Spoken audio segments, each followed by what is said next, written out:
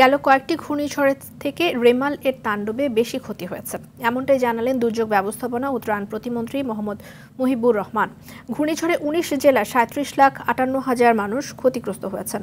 ৩৫,০০০-এরও বেশি ঘরবাড়ি সম্পূর্ণ বিধ্বস্ত হয়েছে। আংশিক ক্ষতি হয়েছে ১,১৫,০০০।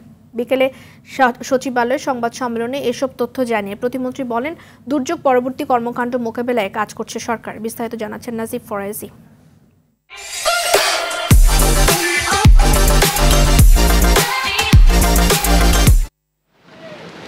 প্রবল ঘূর্ণিঝড় রেমাল ব্যাপক তাণ্ডব চালিয়েছে দেশের উপকূলীয় জেলাগুলোতে।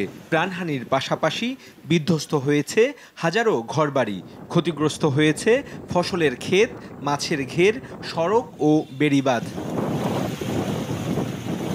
সচিবালয়ে দুর্যোগ ব্যবস্থাপনা ও ত্রাণ প্রতিমন্ত্রী ঘূর্ণিঝড়ে ক্ষয়ক্ষতির চিত্র তুলে ধরেন। জানান, উপকূলে ৯,০০০-এর বেশি আশ্রয় কেন্দ্রে ৮ লাখের বেশি মানুষ আশ্রয় নিয়েছে।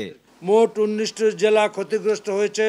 ঘূর্ণিঝড়ে ক্ষতিগ্রস্ত মানুষের সংখ্যা ৩৭,৫৮,০৯৬ জন। সম্পূর্ণভাবে বিধ্বস্ত হয়েছে ৩৫,৪৮৩টি ঘরবাড়ি এবং আংশিকভাবে বিধ্বস্ত হয়েছে ১,১৪,৯৯২টি ঘরবাড়ি। প্রতিমন্ত্রী জানান, আগাম প্রস্তুতি নেয় সফলভাবে ঘূর্ণিঝড় রেমাল মোকাবেলা করতে সক্ষম হয়েছে সরকার। তবে গেল কয়েকটি ঘূর্ণিঝড়ের চেয়ে এবার ক্ষতি বেশি হয়েছে। স্থানীয় সরকার সহ বিভিন্ন মন্ত্রণালয় কাজ করতেছে।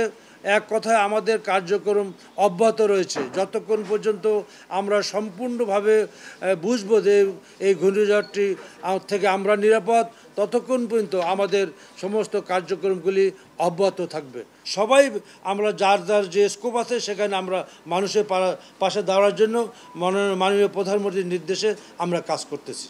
প্রধানমন্ত্রীর নির্দেশে অন্যান্য মন্ত্রণালয়ের সঙ্গে সমন্বয় করে দুর্যোগ পরবর্তী কার্যক্রম পরিচালনা করা হচ্ছে। দুঃখ প্রকাশ করছি যে নাজিব ফরাইজি, RTV, ঢাকা।